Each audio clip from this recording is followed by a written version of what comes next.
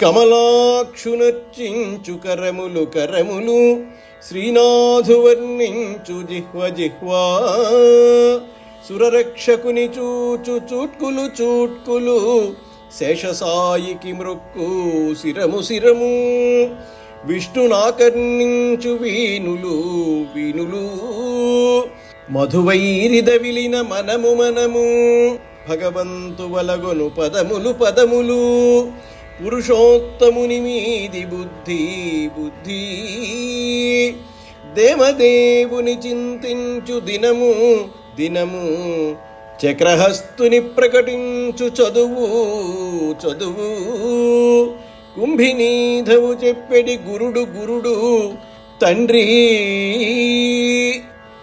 హరిచేరుమనియడి తండ్రి తండ్రి. శ్రీహరిని పూజించే హస్తమే హస్తము. ఆ చిన్మయుణ్ణి పూజించకపోతే చేతికి సార్థకతే లేదు. నారాయణ్ణి కీర్తించే నాలుకే నాలుక, లేకపోతే ఆ నాలుకకు చరితార్థత లేదు. శ్రీపతిని చూచే చూపులే చూపులు, మిగిలిన చూపులకు విలువేముంది? శేషసాయి పాదాలకు మ్రొక్కే శిరస్సే శిరస్సు, చక్రధారి కథలు వినే చెవులే చెవులు, మధుసూదనుణ్ణి తలిచే మనస్సే మనస్సు, పరంధామునికి ప్రదక్షిణం చేసే పాదాలే పాదాలు, పద్మనాభుని భావించే బుద్ధే బుద్ధి, లేకపోతే అది సద్బుద్ధే కాదు. అంబుజాక్షుని గూర్చి ఆలోచించే దినమే సుదినం, లేకపోతే ఆ దినము దుర్దినం. చక్రధారిని గూర్చి విసిదపరిచే చదువే చదువు, గోవిందుని గురించి బోధించే గురువే గురువు, విష్ణువుని సేవించుమనే తండ్రే తండ్రి. మానవ శరీరంలోని మనస్సు, శిరస్సు, కాళ్ళు, చేతులు, చూపులు, చెవులు, నాలుక, బుద్ధి ఒకటేమిటి? సమస్త అవయవాలు ఆ హరిధ్యానంలో పరవశమైపోవలసిందే. లేకపోతే అతడు భగవంతుని విషయంలో కృతజ్ఞుడే. ప్రతిదినమందు ప్రతి చదువులోనూ హరినామస్మరణమే కావాలి. ప్రతి గురువు, ప్రతి తండ్రి హరిబోధే చేయాలి. కంజాక్షునకు